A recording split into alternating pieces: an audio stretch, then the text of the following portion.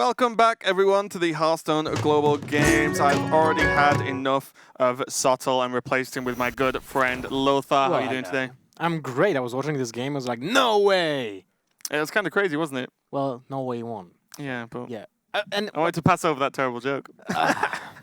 Funnily enough, minutes before the game started, I was like watching Emerald Hive Queen in my own hand because I got it from Macau. Oh, really? Like, oh, what a horrible epic. Good thing it's an epic, so I don't have to craft it. Like, Wow, and now you want to put in your rogue deck. So. Well, you know, it makes sense in decks that don't have that many minions, right? Yeah, and the rogue deck is one that actually fumbles a little bit in terms of aggro. So it's definitely a cool choice, and no surprise to see it come out from Zyrez. But we can move on to the next match of the day, which is going to be Netherlands versus Romania. It's going to be Thijs, Tyler, Theo, and Mitsuhide for the Netherlands, and RDU, Moody, Hannibal Z, and Tracky Style, from Romania. I believe you are a little bit aware of at least a couple of the players on this. Yes, I'm kind of familiar with some of the members of both teams. Happily enough, I'm gonna say that Thijs and RDU are my team members, so I have a lot of knowledge about those guys. But in general, both teams are veterans of the scene, especially Romania. Every single player, RDU, Moody, Hannibal's, Tracky started playing in late 2013 or early 2014. So they're really veterans of the game. They know what's up. They have a lot of experience, and well, that's great, right? Yeah, 100%. So RDU, everyone knows RDU, one of the top point earners in Europe almost all the time. No matter when you look, RDU's normally at the top. Great player, great streamer as well. And some of his teammates you might not have heard too much about. Hannibal Z had I think a good performance at DreamHack quite a while ago. That was now. PGL Tavante. Oh, it was PGL, yeah, of course. Yeah, he actually won it. Yeah. And but maybe not been too much in the spotlight too recently, but they're all good players. Whereas Netherlands has Thijs again. We know him quite well. Has Tyler, plays for Complexity as a streamer, and he just streams like what I feel is 24 hours a day. I just turn Twitch on and he's streaming, and he gets rank 1 legend on every single server at the same time because he's just that good. It's gonna be great to watch him play. That is true. By the way, from one of the footage that we had in Romania, I think that was the castle that we were casting from during a Via Game Cup. That was like the Dracula's castle. I remember watching that. That was before my casting time. Lothar, you showing your casting age. Well, I'm old, so it's fine. As am I. But yeah, we're going to be moving on. We can check out the previous match that we saw a glance of there. It was Finland versus Norway, but of course, Norway taking it. But it is going to be Netherlands versus Romania. And there's a couple of players as well. Mitsuhide, fantastic player, sort of up and coming last year, I would say. DreamHack Winter Champion. Exactly, and really sort of stamps his dominance into the scene at the back end of last year with a lot of great results. And now we can see the order they play in. It's a best of 5 between all of these players, each player going up against the opponent opposite. So starting off with Tyler versus Hannibal Z. They can choose one class out of the 2 they've brought, and the whole team has to bring 9 classes total, and all classes have to be represented. Even Hunter? Even... That's my line, Lothar. So Shaman and Mage for Tyler, Hunter and Druid for Hannibal Z, and they get to pick one of these classes to play. So Tyler open up for Netherlands, and RDU go in second and being the ace player, whereas RDU and Thijs being the ace players. I already know what everyone wants to see. This game goes all the way. The ace match happens. RDU versus Thijs. Bragging rights within G2. So that's going to be cool to watch if it happens. But that'll be actually really cool to witness. We're going to start with Tyler, who is, a fun fact, he actually ditched a full-time job as a fashion photographer to be a card player. Yeah, if you see any images or even just Tyler streaming, he always looks fantastic. He knows exactly what's going on in the fashion world and is a fantastic photographer. But yeah, he decided, I just want to go full-time with this, and it's been working out pretty well for him so far. Being the point leader, in fact, for Netherlands as well. He was the anchor on the team. He got on the team automatically, being the player with the most points in that country. So it's going to be great as we see the players get ready. Team Romania, 3 of them are together, and that is RDU's house. I know exactly because of I wonder why. I've seen that background a few times. And Tyler, playing from home, got the Complexity jersey on.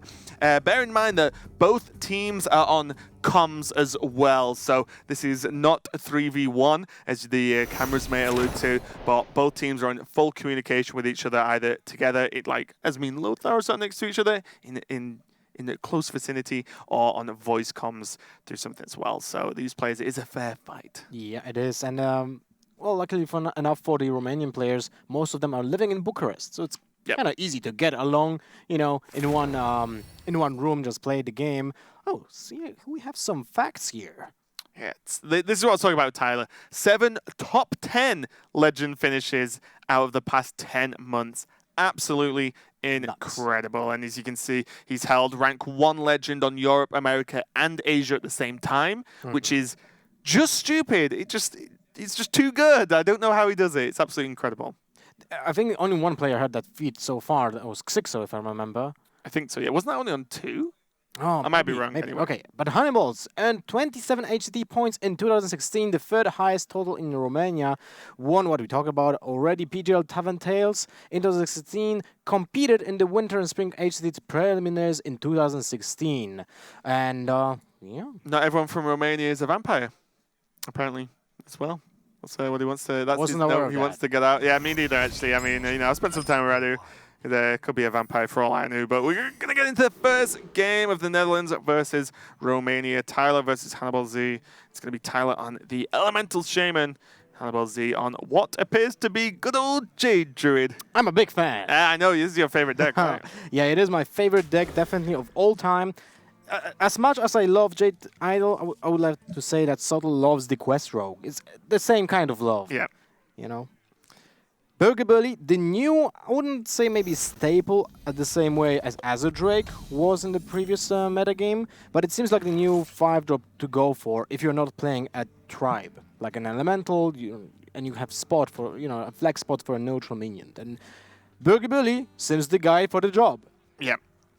Yeah, it's probably just the next best 5-drop available, but Hannibal Z is starting with the Jade Idol. Now, Tyler is fully aware of the deck archetype now. He does have the Firefly, though. He has a lot of elemental synergy being able to go into the late game as well, with the Firefly going to the Flame Elemental, will give him a lot of options.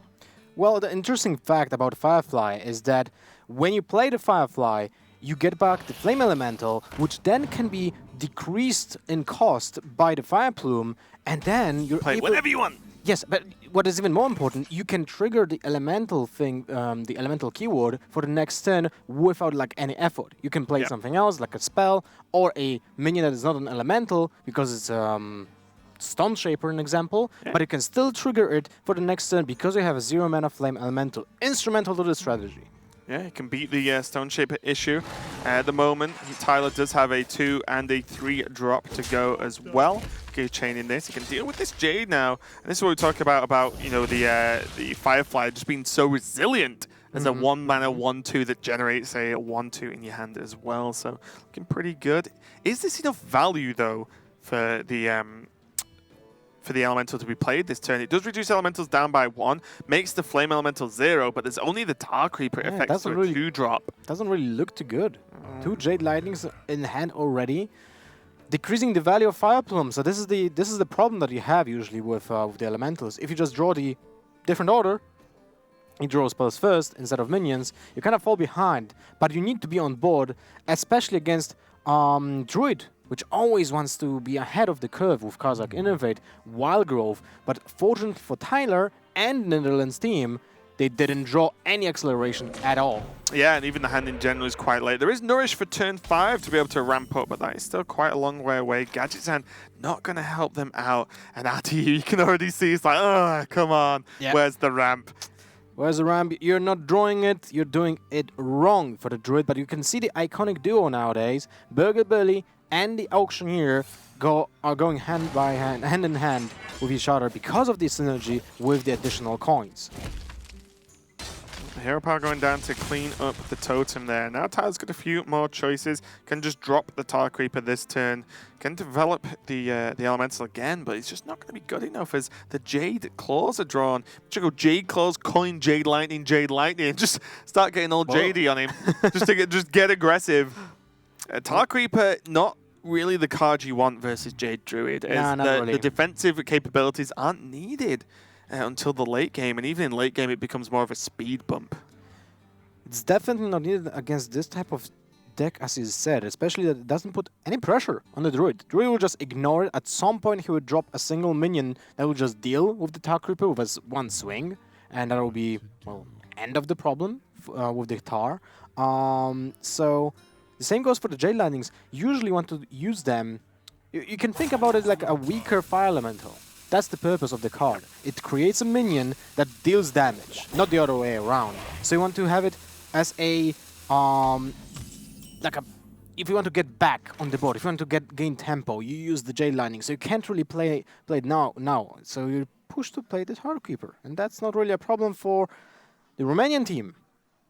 Yeah, but what this does do is it allows him to, if he draws a Stone Shaper next turn, it's going to be live.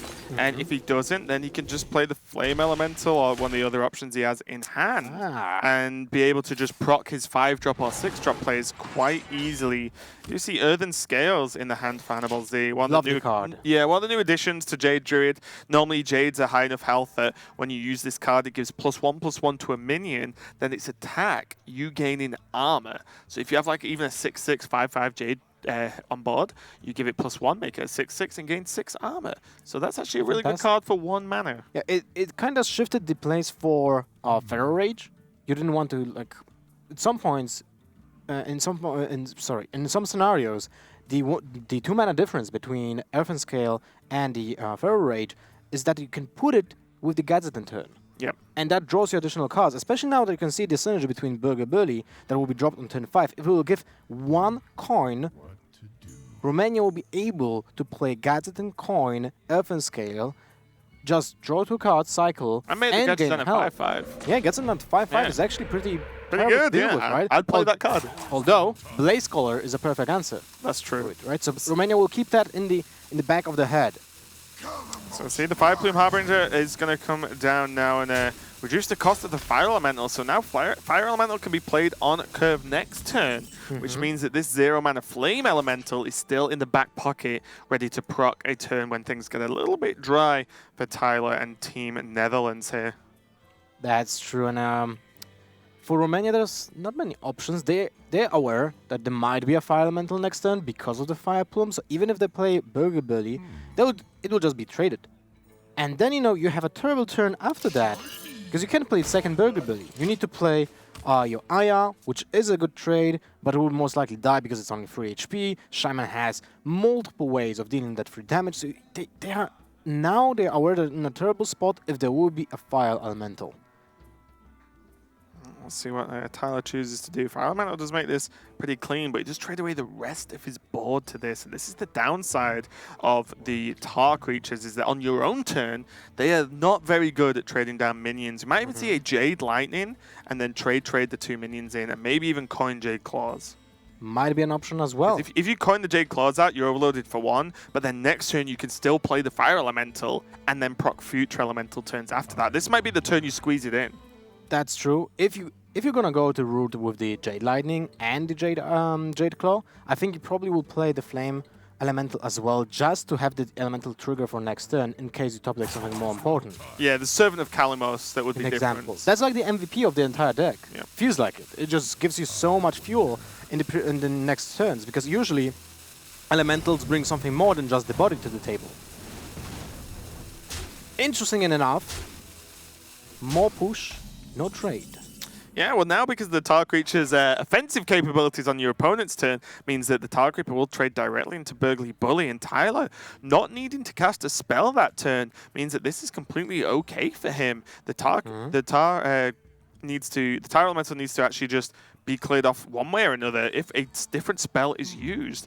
The Burgly Bully doesn't even trade into the Fire Elemental that well. That's true. It's interesting that they kinda didn't play around the swipe. They probably read that there's no swipe in Romania's hand, but it's an interesting read, because if there isn't a swipe, the board is entirely cleared, and Netherlands, they don't really have a good follow-up after that. Suddenly Lightning Storm looks very appealing here. Can Lightning Storm even coin out Jade Lightning, still play the Flame Elemental if you're going to feel like you're going to draw an Elemental yourself next turn, can just use the Jade Claws as well, so... They're drawing the entire Jade package right now. Yeah. Two Jade Lightnings. This can be pretty good as well. Two Jade Claws. If they just get to draw Aya, this might be something they actually... That probably will be the best draw for them. With this hand, of course. Otherwise, you would like to draw an elemental, like a Blaze Caller. Yeah. Or the Seventh of Kalimos, that was mentioned before. By the way, you know what? Now I'm thinking about it. Flame Elemental, and of course Firefly, feels like it's a new version of Novice Engineer, the pre-nerf one. Yeah. Yeah, it Kind kind of of draws like, a card, right? Yeah. Only 1 mana. Well, so we are going to see the Lightning Storm into Jade Claws play. Going to hold on to those Jade Lightnings. At the end of the day, the Jade Lightnings could just be used for burst to end the game, and that's something the Elemental Shamans actually lack quite often. But this is still preserving Tyler's board. It's going to be a little bit overloaded, but with that Flame Elemental in the hand, means any Elemental that's going to be drawn isn't going to be triggered that turn. This is still a bit clunky. Board. It's very clunky. Two Gazetans, Auctioneers in the deck also suggested a heavy on card draw and less on removal. If they go for this Ancient Wall, a single Hex is going to prove to be a huge problem here if it comes out. It's a gamble. You just need to do it, right? If they have Hex, they probably will lose. But if they don't have a Hex and they need to sacrifice multiple cards for a single taunt minion, this might get them the time they need to rebuild themselves with the Auctioneers, with the Burger Billy, then regain some health with the Earthen Scales and claw back into the game. Fortunately for it, I'm sure, 100% sure that Romania is paying attention what was played last turn for Netherlands, so they knew there was no Elemental played. Yep. So there's no synergy. There's no way they can just gain advantage out of Elementals this turn. Now, what they can do now, though, or what Tyler can do in Team Netherlands is there could be a Jade Lightning and trade the Fire Elemental, and that clears off the Ancient of War, and the Flame Elemental can be developed this turn to activate the Blaze Caller next turn as well, and still keep hold of a board. So I think this is what we're going to see here. And that is super crucial, that 0 mana Flame Elemental instrumental from 10-3 when the Fire Plume was played. Yeah, exactly. Kept in the hand for this sole reason. Yeah, board not looking too threatening on, for the Druid here, but still, Gadgetzan's going to come down now. There's enough stuff on Tyler's side of the board, means that he's threatening some damage, especially with cards like Flame Tongue Totem potentially available as well. Evan Scares will give back some health. Wow, those draws are not really the best ones that you can get. All those are what they were missing in the early game. To be able to ramp up very quickly and ramp that Jade count. I mean, what's the Jade count even on? Is it still on 1? I think it's 2-2. Yeah, as in there's only 1 The played, right? Jade Idol was played on turn 1. Yeah, and that's it, right? And that's about it. They also play Feral Rage. So it's both Feral Rage and Earthen Scale. Now it's interesting to see the balance between those two. I was thinking maybe you just go for 2 Earthen Scales, but it might be a mix of 2... Oh, sorry. Yeah, 2 and a 1 or a 1 and a 1. Yeah, exactly. So... Blaze Caller is just going to light this Gadgetzan up, though. I can't see any other option here. I mean, there are other options. Jade Lightning Trade, for example, but Blaze Caller feels so good here. Develop a 6/6 Elemental onto the board. Proc your future Elementals here for Team Netherlands, and just cause Hannibal Z and Team Romania many, many headaches at this point. How do you even deal with this? You just use one grab. They know, Tyler knows, and the rest of the national team of Netherlands, they know that there's just not enough in removal in that hand. There was a grab, there wasn't a swipe there. So even if it's drawn, there's most likely only 1. And that's not enough damage to deal with the Blaze Caller on its own. Yeah, definitely a tough one. All these Jade Generation cards now available for Hannibal Z, but it's just too little too late. I feel they're all going to be too slow. The Jade count only being at a 2/2 for the No, it's actually 4/4 because of the Aya that was played on. Oh, Aya, of course. Forgive me. It's going to be a 4/4 coming out. So maybe it's going to help now battle for the board, as that Tar Elemental is not going to be good enough to be able to battle on, as its attack does drop low. The Blaze Caller, though, is going to hack one of these down very easily, if that's even the choice. Servant of Kalimos coming into Tyler's hand. I'm going to give him a few more options if he needs them. That's a possibility, although Jade Lightning seems like a great play this turn, and I'm thinking if you just go for the Jade Claw puts additional pressure, generates, if I'm not mistaken, a 3-3 or 4-4. Well, I'm wondering whether you Servant of Kalimos and Jinyu this turn. You can trade the Blaze Caller, Jinyu the Blaze Caller, play Servant of Kalimos, discover. That's a huge board. The next turn you have Jade Lightning and Jade Claws to burst and push damage. It's definitely an option, but I feel like just smashing your opponent's face for 6 with the Blaze Color Seems reasonable. seems like a better option. Okay, discovers Kalimos, the Primal Lord is the option. I imagine it is the option that's going to get picked. Such a flexible card, can do whatever you really need it to do. And I imagine Tyler's thinking about doing it for 6 damage to face here. And, you know, Druid struggles on wide boards, guys. That's nothing new to this expansion. It's pretty much been always the same way. And it's going to be just, I think, just too difficult. Doesn't seem easy. Even if you just refill the board, like when you face a full board of your opponent, you probably will just want to play your own minions and try to claw back after you play your own minions, which usually have to wait at the entire turn. So I'm not surprised that this is the way they want to play it out. But, well, it might just not work out, right? Yeah, 10 mana available means it's going to be 4, 7, and... Yeah, that's just lethal, right? 6 damage from Kalimos, right? Yep. Because you can equip the Blaze Jade Claws as Collar. well. 4, 7, 9, 10, 16. It's even on board. Yep. Just going to be game. The Kalimos discovered from the Servant of Kalimos. Very reasonable. You know, he's going to close out this game. And again, just Servant of Kalimos doing the work, Yeah, basically, and allowing this damage to come out. And Tyler was always in control. There's the relief and the sort of self-clap, like, yeah, okay, done. My job for this is done, at least in Tyler's specific game. He's winning, and he is going 1-0 for Netherlands so far. Romania just on the back foot throughout that whole game. They just never got a chance to go onto the board. They drew the deck the wrong way round. Exactly. Like no Wild Groves, no Jade Blossoms, no Innovates until turn 6 or 7, I think. One Nourish in the opening hand, that's really not something you want to draw in the beginning. So even with 6 cards that can accelerate your mana, they didn't manage to draw that for the crucial early game, especially against Shaman, who is just the deck that goes on the board with the Elemental Tribe. That's like the new theme for the deck. They just try to take board control as soon as possible. Yeah, we see the power of the Jade mixing with the Elementals, and we see Tyler taking the win there. Now we've got Mitsuhide going for the Druid of his own against RDU's Priest. So Mitsuhide could be playing there. There's a lot of aggro Druid variants as well. There's the one that plays like, you know, the Finger package, for example, with the Giant Megasaur. And then there's just straight up token Druid style effects. There's even, you know, we've seen Jade Druid.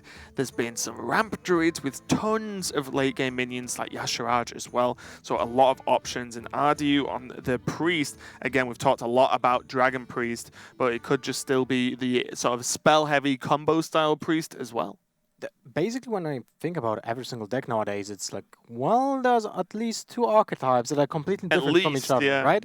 You can either play a slow control-ish deck or an aggro version of the same class. Although in Priest, every single deck that we have is like either mid-rangey or control deck. It's either Dragon Priest or the more miracle, well, quote-unquote miracle version of the deck. But still, you need to prepare for a lot of angles. It's especially important during the mulligan phase, because against some decks, you just certainly don't want to see certain cards. Yeah, it's going to be very difficult to try and work out exactly, you know, in this, how early it is in the meta to what you're even against at this point. As we said, there's multiple archetypes for almost every single class available. It's going to be cool to see what RDU's brought and what Mitsuhide brought. It's very interesting. I think I saw RDU like move the mouse, so I'm guessing Hannibal Z might be like left-handed or something, because he saw him like drag the mouse over to the other side. So that's kind of fun. It's those guys all hanging out while they play. Mitsuhide, no doubt, on comms with the rest of his teammates. We can see some information about these players. These two are quite popular. 2 major Hearthstone victories, DreamHack Winter and the WCA Europe qualifier. We were there at Winter. It was a kind of an awesome event, and awesome to see Mitsuhide really break out. And yeah, it's playing for Gamers Origin, one of the few non-French players on that team. That is true. Everyone was convinced that he is French, but no, he is actually from the Netherlands, and he's playing obviously for the team. What about RDU? Well, you know, he's on this team with some guy that casts now and again that I've met a couple of times. I've heard he's Polish. Yeah, you know, part of G2, one of the powerhouses, of course, and just performance after performance after performance. RDU has been involved in Hearthstone as a pro for a very long time. Very young player as well, and he has so many victories under his name and so many strong finishes that we've not got time to list them all. To be honest, I don't want to butter him up, too much, but I met him during his first big tournament. That was DreamHack Bucharest, 2014. Early game. It was like March, if I remember correctly. And his first stage appearance was against Nimsh, who is actually now a employee of Blizzard and works on the esports side. But everyone was like, oh, look, Nimsh, the guy who is like 30 years old, is playing this young guy. A child. Who has like 16 years, and he lost 3-0, if I remember correctly. And it was a shock for everyone. Although people who were, aware of the Romanian scene, they knew that RDU is a great player, and he is actually a national champion of 2009 in Yu-Gi-Oh! Oh, nice. So, some facts about RDU. Definitely a long storied history there, but this game is starting. Mitsuhide on the aggressive Druid, Enchanted, I think it's a Raven Idolin, just picking cards that are called Raven for the fun of it. But Enchanted Raven going to come down on turn 1. Thank you. And RDU looks like he is playing this kind of spell-heavy combo-style priest, and we might see Lyra. It's all I want in life, is to see that card get played very soon. And here the awesome sound that sits there. Radiant Elemental into, well, calling Radiant Elemental into Powered Shield could be a very, very strong play here. Just witnessing this opening hand give me goosebumps on my skin, man. Literally, look at this powerhouse. For the next turn, you have a Potion of Madness if you need it, and you just trade 2 minions of your opponent, or you get to play Shadow Visage for 1 mana and still get another Powered Shield from the deck. That's a possibility. So it's a really important minion. Although I was thinking about maybe keeping it for the next turn and just drop everything. Yeah, drop everything in one go, yeah. This is nice, so you need to get it on early versus an aggressive Druid. Mitsuhide going for the Mark of Yasharaj to create the Raven Idol. I'm going to keep calling it Raven Idol. To make the Enchanted Raven a 4/4, so the Elemental is going to be a little bit more difficult to deal with. 2 Potion of Madness now. Not going to do much work against the 4/4, but the Shadow Visions is no doubt going to see it play here, I think. Unless he wants to trade heal. I don't think that's going to be good enough. That leaves it open for everything, basically. And well, especially when next turn you are expecting more low attack minions, which means next turn you could just double Potion of Madness into, like, make multiple trades. Yeah, so Shadow Vision is going to be an option. For those of you who don't know, just discover a copy of a spell that's in your deck. So you can chain multiple Shadow Visions if you want to. RDU's going to go for that option, seeing Shadow Word Pain, Shadow Word Death, Binding Heal in the deck as well. Well, with the Alkanai Soul Priest, it's kind of like a double-edged sword. It deals 5 damage to you, but it also can deal 5 damage to a minion for 1 mana. Sometimes the tempo, while sacrificing your own life, doesn't matter.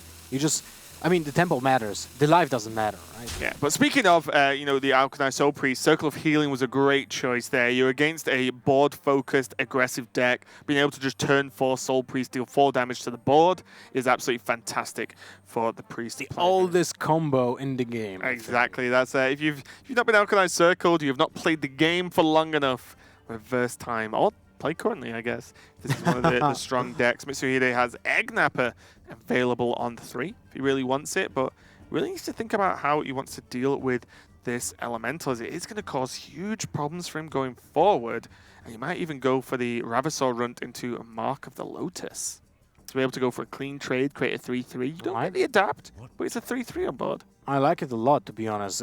Just destroying the Radiant Elemental makes it very awkward for Romania to actually play all those spells they have, because they knew there are no minions on turn 2 to play, so there are most likely more spells. And the fact that the Mark of Yasharaj just made it so annoying for the priest to deal with. We all know a 4-attack minion is a menace to deal with. Yeah, you can join me as the second caster today that's talked about 4-attack minions and priest. It's part of an exclusive club that Sottle is now not welcome in. So yeah, Shadow Word Death are going to be available on this Enchanted Raven. Yeah, got the name right first time. Congrats. If RDU wants to, that is your whole turn But let's be honest, your focus against aggro druid is to just close out these minions and I stop think it's the fine. aggression. I think it's fine. You are aware that you might not be able to just heal fast enough. I don't know if they run even Priest of the Feast in this deck. Might be because of the I would amount imagine of, so, yeah. of low cost spells, right? But still, losing just 5 HP. Oh, the greedy play! I think the idea here is Alchemy Soul Priest plus Circle next turn is going to clear the board anyway. So he just takes the additional heal, saves the Shadow Word Death for an emergency moment. Second Savage Roar coming out for Mitsuhide means that it's kind of a dud draw. Is it? Is it? I mean, yeah, you build into turns where you can double Savage. That's not going to be important if you don't have a board, right? So I imagine there's Eggnap at this turn, so that's one turn, can live in mana the turn after, and then cannot double Savage Draw because he'll have no mana available. Embrace the void. Well, this seems like a decent turn for Romania. Cleared the board, although 2 1-1s remain on the board, which are beasts, by the way. But now I'm just thinking, you know what's crazy funny about this game? If Mitsuhide will go for living mana, Romania can just ramp up. Yeah, pretty much. It's going to be 2 Potion of Madness, steal those minions. That's actually crazy. Trade, gain 2 mana, steal basically mana from the Druid. It's the other way around. Priest is getting more mana. I mean, that would more than likely just lock Mitsuhide out of the game if that was the case, but I'd struggle to not want to play living. Are you going to play against double potion? 1 potion might be reasonable, but double potion you don't really expect, on the same turn. Just get Ravasaur Runt. So Mitsuhide is not going to play living mana. I guess the idea here is for him is he can build enough of a board and then just go for double Savage Draw and hope it's in. Might be the case. Yeah, because living mana does reduce his Savage Draw, right? He just can't play it for the next few turns anyway. All right, 2 minions for Netherlands on the board. I mean, he's set up lethal this turn if there's no heal with the double Savage Draw here. Ooh, that's crazy. Is there going to be a heal? Because I don't think there Potion of will Madness, be. the 2 minions, one of the minions doesn't clear anything, and Elise, it's a pretty good Elise turn, to be fair. You're not going to think, that 3/3 and 2/5 are going to kill me from 17 health next turn. There's a very valid chance that RDU does not heal, just drops the Elise, and he's happy at that. Why would you just heal pass if you can drop down a 5/5 here? Definitely true. And now it all comes down to turn 3.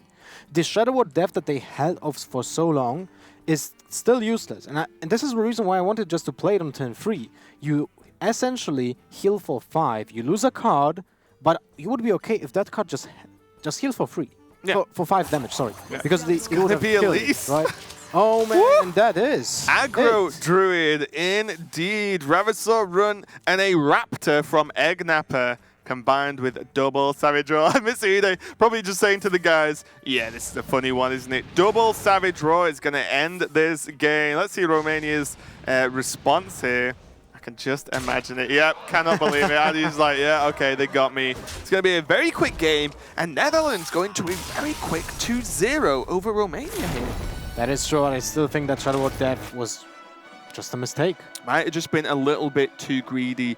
Double Savage Roar is a very difficult combo to play around that early. Like double Savage Roar on 6, right? It's a difficult combo to play around. People forget about it. But with the option of killing a 5/5 on curve or healing for 2 and then killing the 5/5 the turn after, and maybe more with the board, board development from Mitsuhide, sorry, then I completely understand the temptation. But against the aggro list, when you've got 2 Potion of Madness as well, I feel like you just keep killing everything, right? You just kill, and then you'll eventually push ahead and win. Romania decided not to do that and got punished pretty hard by a double Savage Roar. Can't blame RDU for the Elise turn, though. Yeah, the Elise turn was completely correct, completely reasonable. You don't randomly just heal and pass that turn. So, yeah, it's going to be a very quick 2-0 for Netherlands. Thijs is the player who's going to be playing next against X-Tracky Style. Thijs on the Hunter. Yes, I want to see more Hunters being played. And X-Tracky Style on the Warrior. And, we've been discussing this quite a lot. Hunter is one of the decks that you can Taylor. Tech is sound weird. Yeah, Taylor's probably better to have a very strong matchup versus Control Warrior. We've seen cards like Hunter's Mark. We've seen players run double Deadly Shot, for example. Even what Bloody is actually pretty high on ladder at the moment with a Wasp in his Hunter deck to just get, which is a poisonous beast that just insta kills any minion. So And great it has against. stealth, so it most likely will survive a 1 turn. But there's also the version of the Murder Hunter that it's tailored a little bit aggressively with more minions, less weapons, less even abilities, just straight out kill commands, and then that's about just try it. and get right. 'em. And a lot of minions, you know, and you can, especially with the new Crackling Reservoir, you can be ahead on board almost every single time.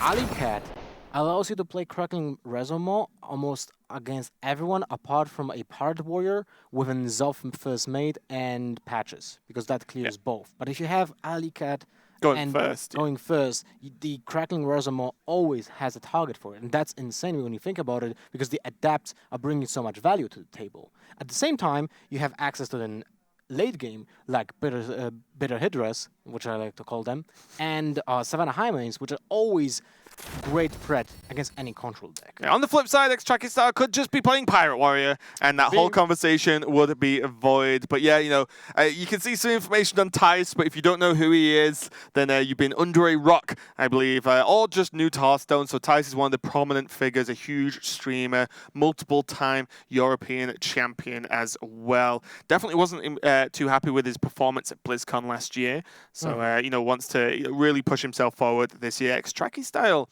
you know, it definitely flies under the radar a little bit. He did get a victory at PGL Tavern Tales that we were at, casting, it seems like forever ago now, and he defeated Only Moody. 2016. I know.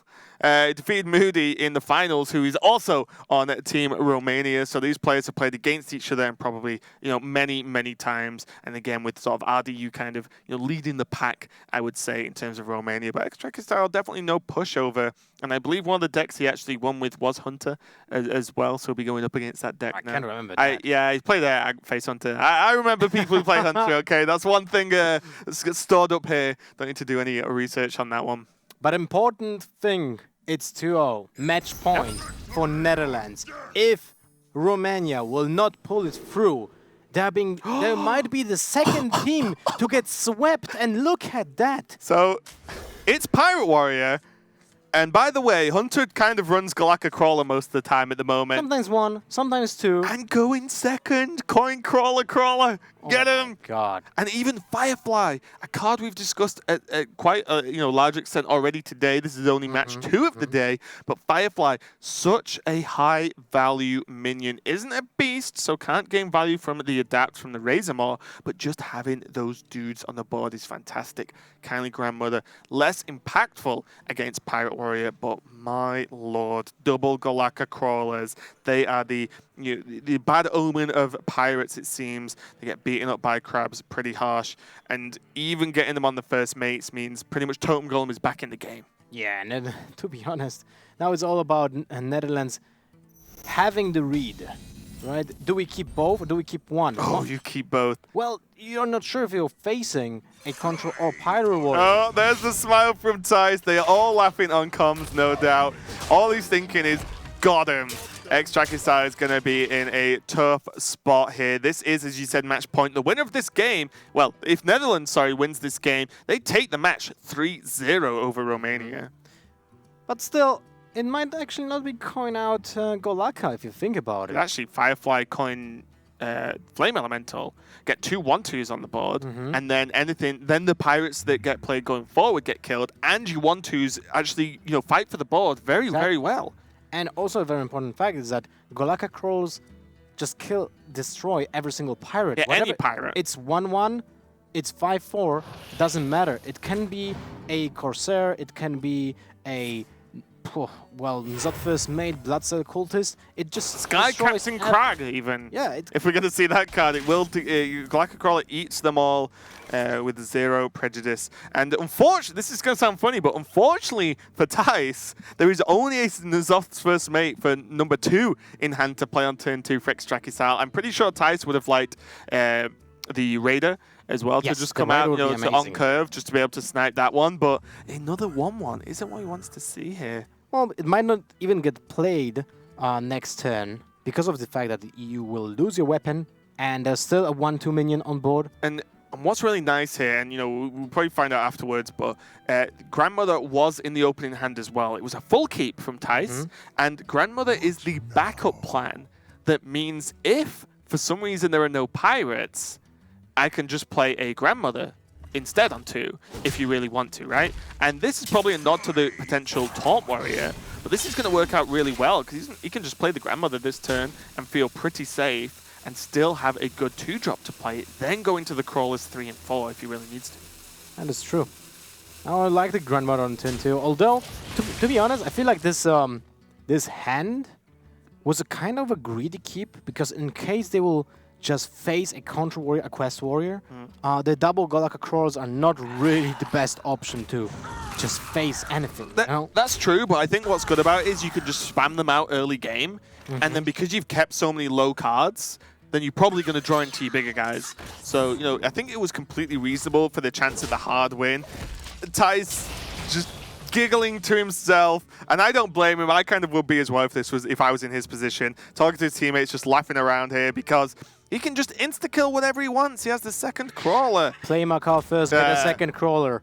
Oh, almost. Kind of. Kind of like the same minion, but before the battle cry. And the response, there we go. Andy, you cannot believe it. That is ridiculous. Team Romania, ex-Chucky style, controlling this deck, of course. Absolutely cannot believe this. You are wrecked so far by Hunter, and you're playing the even more aggressive deck. Oh, interesting, Bitter Tide Hydra in the Pirate Warrior. Something that is, sort of obviously come out with the expansion with a new card, but a card that can really help push some extra damage. And you might keep them in the game just about here.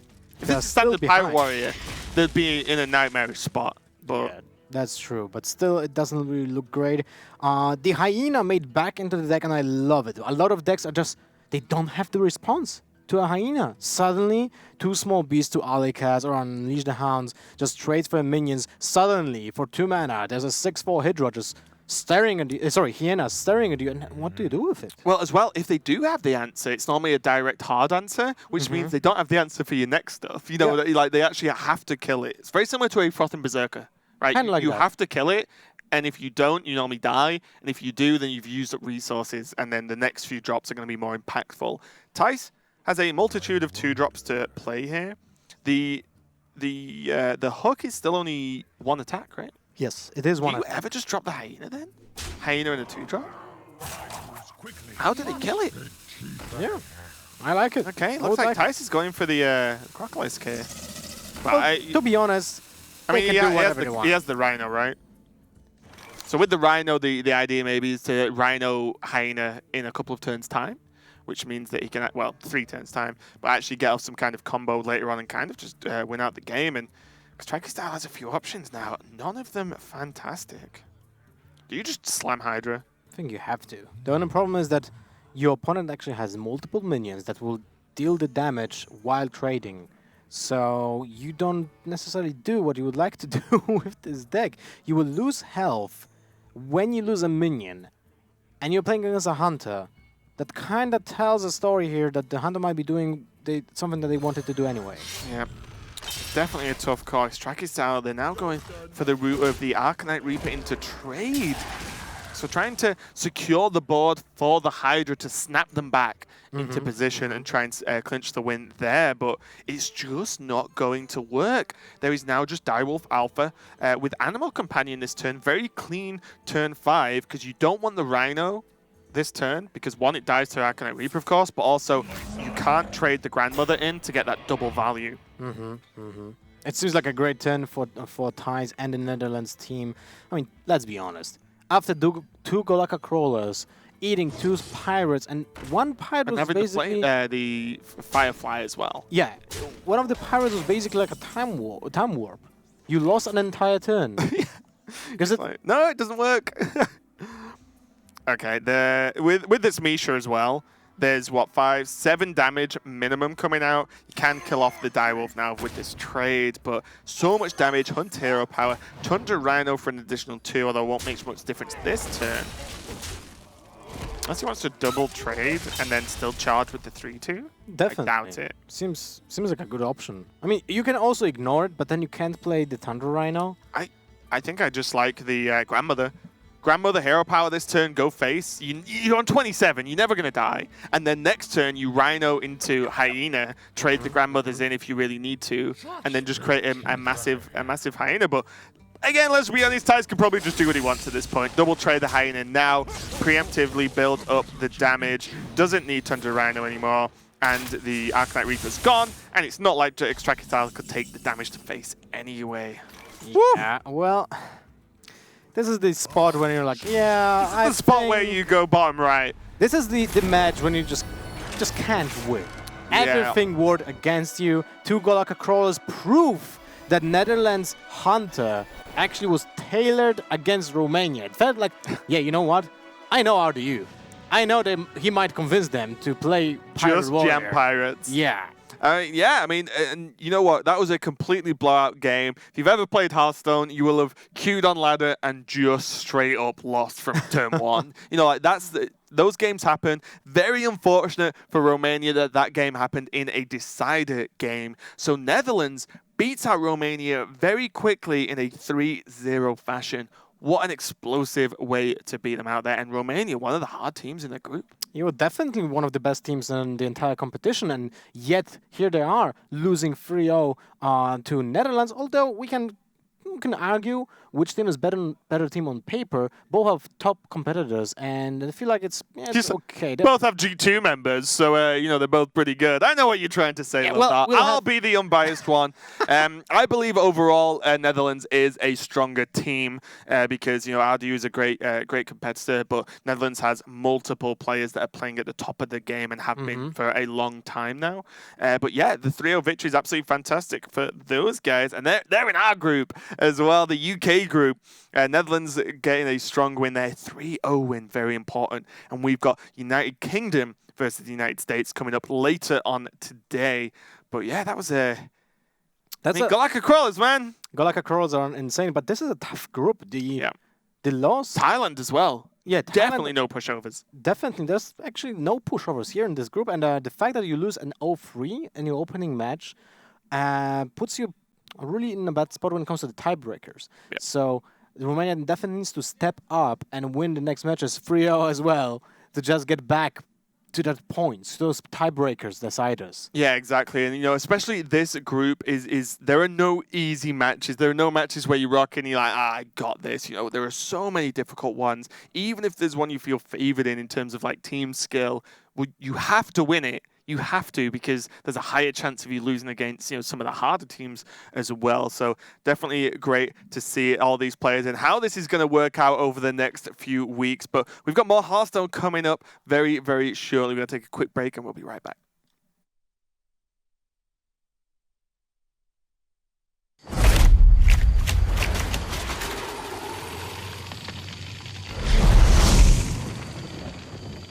We're almost there. Quiet down, everyone. This is not like any of our previous expeditions. This will be far more ambitious. We're stepping into a land of primordial wonder. Infused with astonishing elemental energies.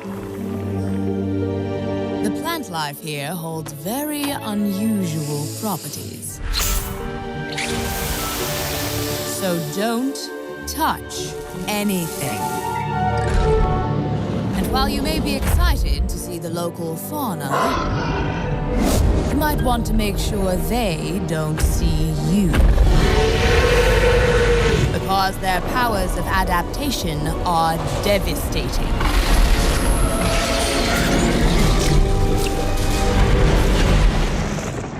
Make no mistake, we will be tested at every turn.